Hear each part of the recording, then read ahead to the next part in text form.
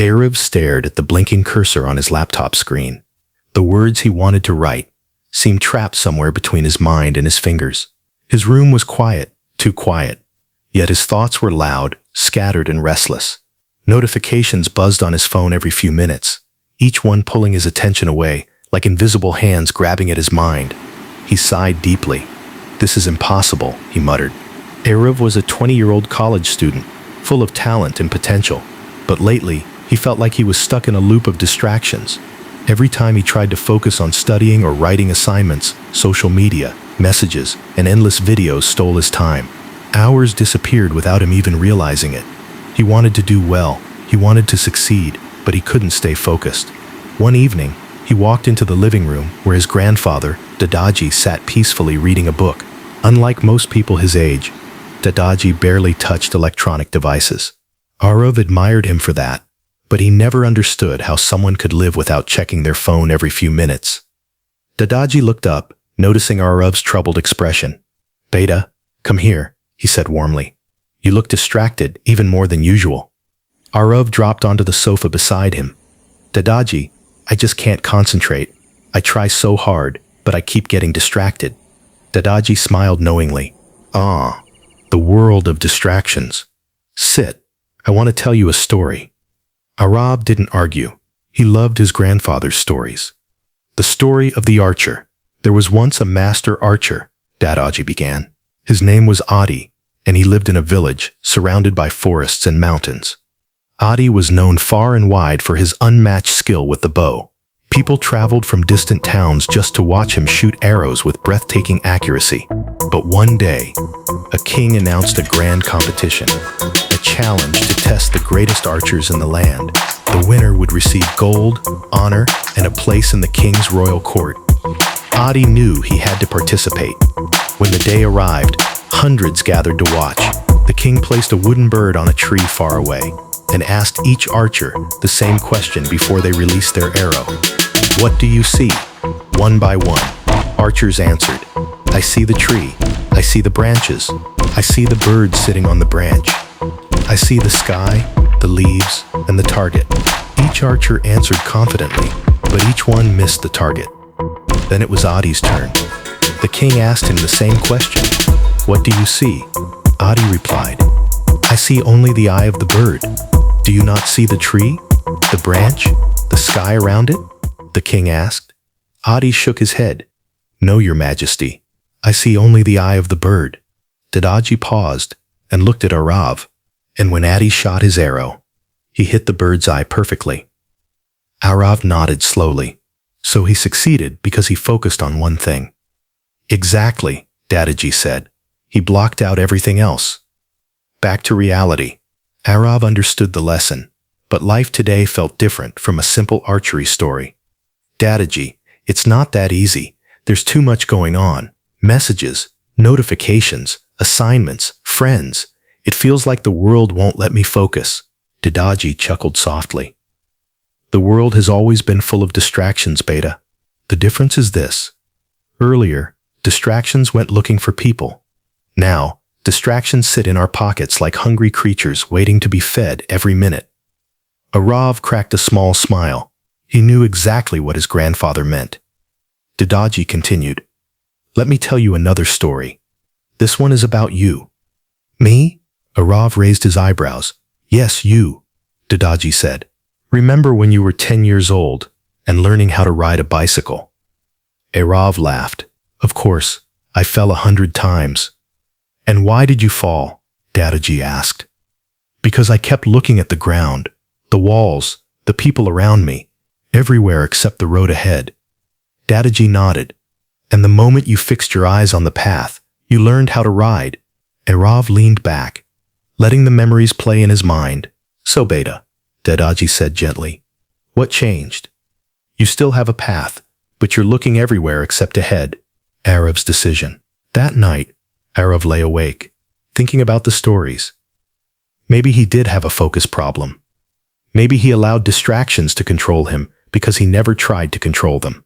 The next morning, he sat at his desk and took a deep breath. He made 3 small decisions.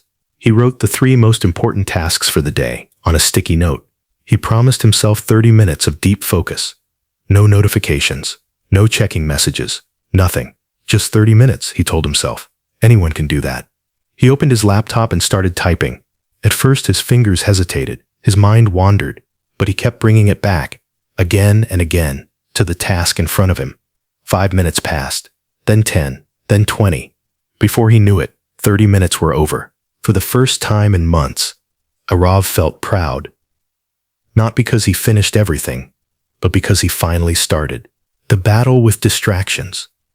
The next few days weren't perfect. Sometimes, Arav's mind wandered. Sometimes he grabbed his phone without even realizing it. Sometimes he got frustrated. Distractions were like sneaky enemies.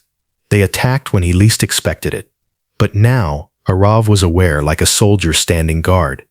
He wasn't fighting in the dark anymore. He started noticing patterns. Wartslanko. He got distracted most when he was tired. The more stressed he was, the more he scrolled on social media. Noise from friends, messages, and videos always pulled him away from his focus. So, he made small changes. He slept earlier. He studied in the library instead of his noisy room. He turned off unnecessary notifications. He set focus hours during which he allowed himself no digital distractions. And slowly, very slowly, things started changing. A turning point. One afternoon, Arav's friend Ria visited him. "Arav, you haven't replied to our group chat in 3 days. Are you alive?" she teased. Arav smiled sheepishly. "I'm trying something new. Focus." Ria laughed. "Good luck with that. The world doesn't let anyone focus anymore." But Arav shook his head. "I think the world doesn't control focus. We do." Ria raised her eyebrows, impressed. "Who are you? And what have you done with Arav?" He grinned.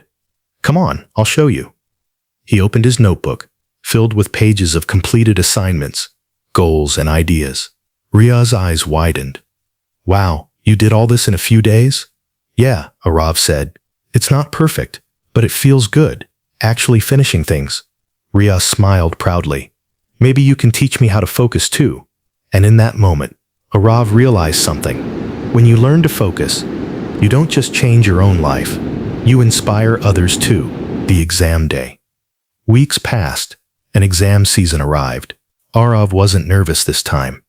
He had studied consistently, stayed focused, and put in the effort. When he sat in the exam hall, he felt calm. Not because he knew everything, but because he knew he had done his best. He didn't waste time. He didn't panic. He wrote confidently. After the exam, his classmates complained about how hard it was, but Arav felt peaceful. He had learned one of the most powerful skills that a student or anyone could learn. Focus. The final lesson. That evening, Arav sat with Dadaji again.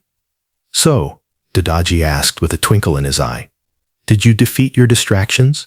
Arav smiled. "I'm getting there. I learned that focus isn't something you magically have. It's something you practice." Dadaji nodded proudly. "And the world will never run out of distractions, but you must choose where to place your attention."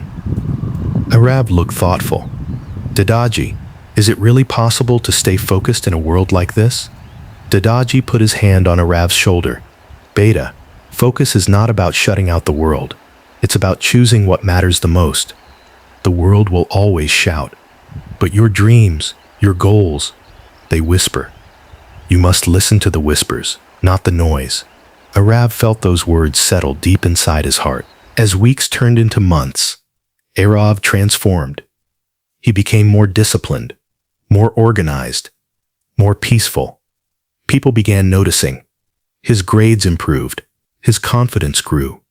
His creativity returned. He had better control over his time. He no longer felt like he was drowning in distractions. He felt alive. And whenever someone asked him how he changed, he always smiled and said, "By choosing the bird's eye." Moral of the story: staying focused in a distracting world is not about being perfect. It's about making small choices every day. Put your phone away for a while. Give yourself short periods of deep work. Know what truly matters to you. Don't let the world pull you in every direction. Because the truth is simple, and when you choose that purpose, again and again, you become unstoppable.